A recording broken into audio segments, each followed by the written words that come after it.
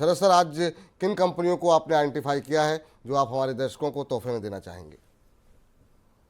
पहला शेयर है देखिए आरके फोर्जिंग नाम के इसमें प्रोसेस काफी अच्छा ट्रैक्शन इसके ऊपर बना हुआ है। बिल्कुल देखिए कंपनी को अगर आप देखें तो बेहतरीन जो है कंपनी का परफॉर्मेंस रहा है। अगर आप देखें अच्छी एक मैन्युफैक्चरिंग फैसिलिटी लेकर के आ रहा है, मैक्सिको में इन्होंने क्वार्टर फोर में अपना डिस्कशन दिया है। और अगर आप कंपनी को भी देखें तो कहीं ना कहीं फोर्स कंपोनेंट्स बनाती है ऑटोमोबाइल, रेलवे, कुछ इसके लिए इंजीनियरिंग पार्ट्स में second largest coaching player India के सर।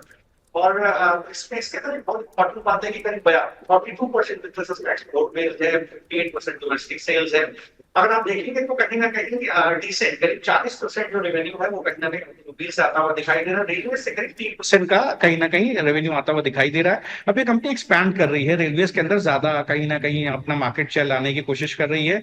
जो एक इसकी एक सब्सिडरी है जेएमटी ऑटो, बेसिकली उसने दो कंपनियों का उसके अंदर मर्जर हो रहा है, जिससे इसकी जो कास्टिंग कैपेसिटी है वो करीब 12,000 मेट्रिक टन पर एनम से बढ़ के 33,000 मेट्रिक टन हो जाएगी।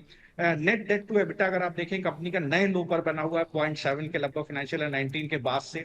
और करीब ये 60% ऑटोमोटिव का बिजनेस अचीव करने की कंपनी कोशिश करी है और 40% नॉन ऑटोमोटिव से रेवेन्यू लाने की कोशिश करेगी नेक्स्ट 3 to 5 ईयर्स में।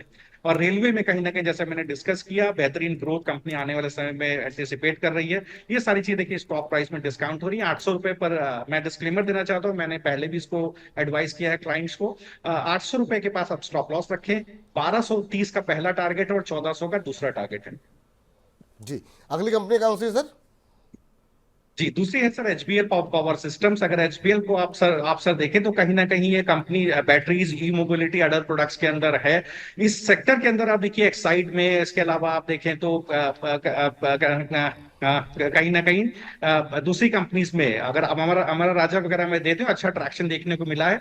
एक price volume pattern breakout, basically आप देखें तो कंसोलिडेशन, इसको बेसिकली सिमेट्रिकल ट्रायंगल ब्रेकआउट कहते हैं, वो इस पर्टिकुलर स्टॉक के अंदर बना है सर। 550 रुपए के ऊपर पहला टारगेट है 650 का, दूसरा टारगेट है लंबे समय के लिए 825 का।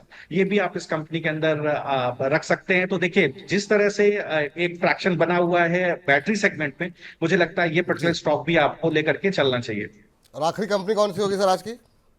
जी, आखिरी कंपनी है सर देखिए एचएफसीएल। अगर आप एचएफसीएल को देखें तो बेसिकली टेलीकॉम इंफ्रास्ट्रक्चर आप देखिए तो टेलीकॉम में काफी ट्रैक्शन बना हुआ है। पहले देखिए मैंने कहीं ना कहीं इंडस टावर का भी जिक्र आपसे किया था। तो अगर आप देखिए डाइवर्स टेलीकॉम इंफ्रास्ट्रक्चर इनेबलर है ये कंपनी। अगर आप देखें तो कहीं ना कहीं बेहतरीन टेलीकॉम इंफ्रास्ट्रक्चर डेवलपमेंट का कैपेसिटी है कंपनी के पास, सिस्टम इंटीग्रेशन, एक एक अच्छा सप्लाई चेन कहीं ना कहीं टेलीकॉम इक्विपमेंट्स के अंदर कंपनी के पास है। ऑप्टिकल फाइबर केबल के अंदर कंपनी का बिजनेस है। मुझे लगता है यहाँ पर बिल्कुल एक बार प्राइस वॉल्यूम ब्रेकआउट देखने को मिल रहा है सर। 103 रुपए का भाव है, 103 रुपए पे स्टॉप लॉस रखिए सर। 127 का भाव है। करीब करीब पहला टारगेट है करीब 150, दूसरा टारगेट है 170।